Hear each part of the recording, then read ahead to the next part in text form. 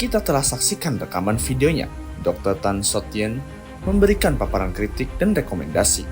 Begitu gamblang, rakyat dan masyarakat pun kini tersadar beberapa bulan ini ditipu dan dikerjai habis-habisan oleh pejabat pengelola proyek MBG yang fokus pada pemenang tender, bagi-bagi proyek dengan mengabaikan keselamatan anak-anak bangsa.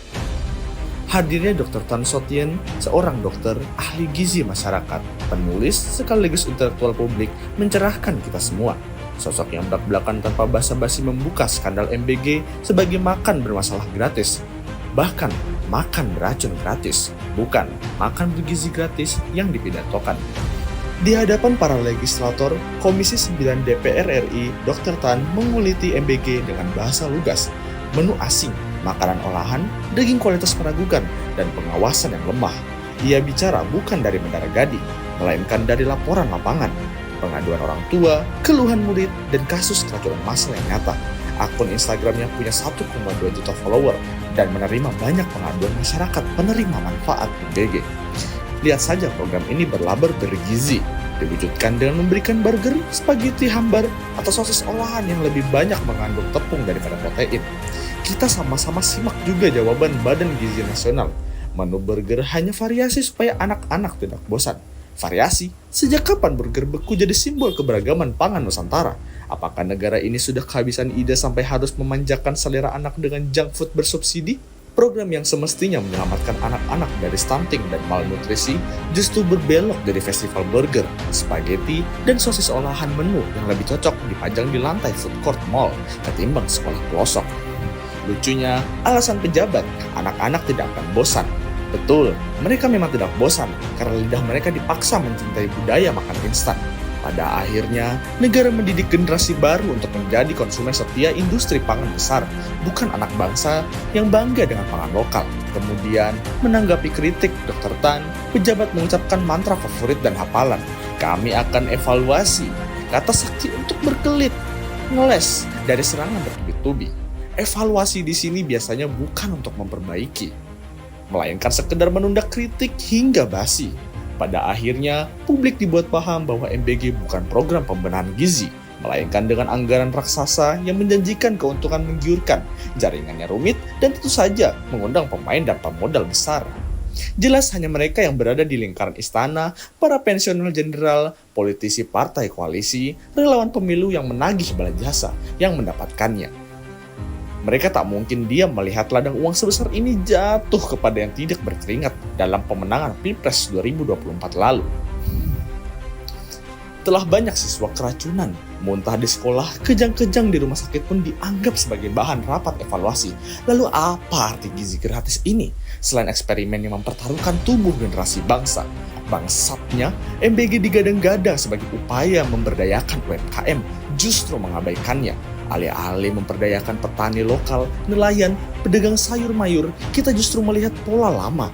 Kontrak jatuh ke perusahaan besar, memasok daging impor, makanan kemasan, pabrik tepung, dan industri logistik. Coba tanya saja, berapa banyak petani sayur dan buah yang kebagian? Berapa nelayan yang diajak menyuplai ikan segar? Atau pengusaha tahu tempe, peternak dan pengusaha telur yang dilibatkan? Jangan-jangan yang disebut UMKM hanyalah subkontraktor semu dari perusahaan besar. Kata pemberdayaan hanya jadi pemanis konferensi pers. Kebetulan ada mantan wartawan yang dipasang sebagai wakil BGN juga. Sudah biasa hadir di acara konferensi pers, bahkan bisa adegan mewek segala menyesali dan minta maaf. Nampaknya ada yang akan terbiasa di negeri ini. Ketika rakyat bicara soal perbaikan gizi, pejabat justru sibuk menghitung tender.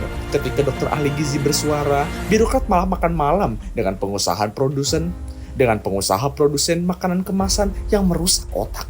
Dan ketika program digadang-gadang untuk anak bangsa, yang kenyang lebih dulu justru para pemuda yang dekat dengan istana, relawan yang berhasil menggolkan proyek dan dapat sukses fee atau komisi pemenangannya.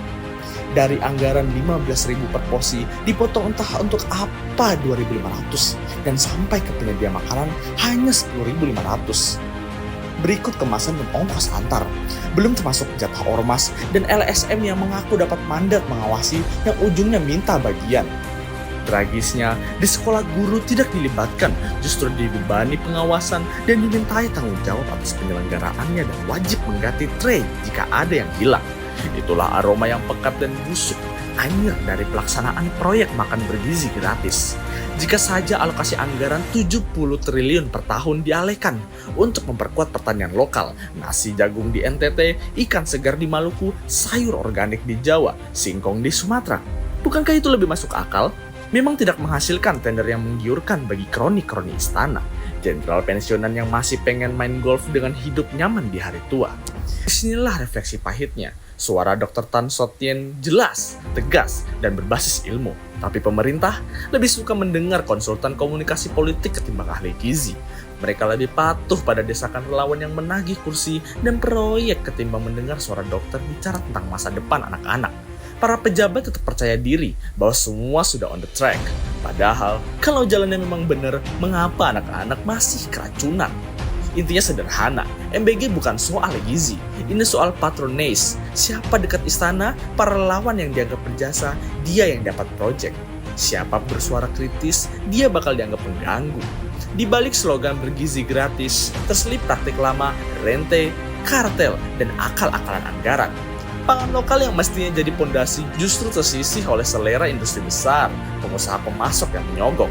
Anak-anak hanya jadi objek politik, dan tubuh, perut, dan otak mereka jadi arena proyek. Sementara pejabat berpidato tentang generasi emas 2045. Pertanyaan retoris terakhir, apa yang sebenarnya gratis dari MBG ini? Gizinya? Tidak.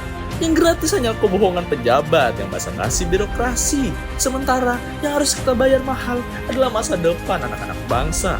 Jika pelaksanaan program gaya seperti ini berkelanjutan, MBG hanya akan melahirkan generasi anak yang kenyang burger, miskin nutrisi, dan terbiasa dengan logika proyek. Dan sebagiannya bergelimpangan di sekolah dan rumah sakit karena keracunan.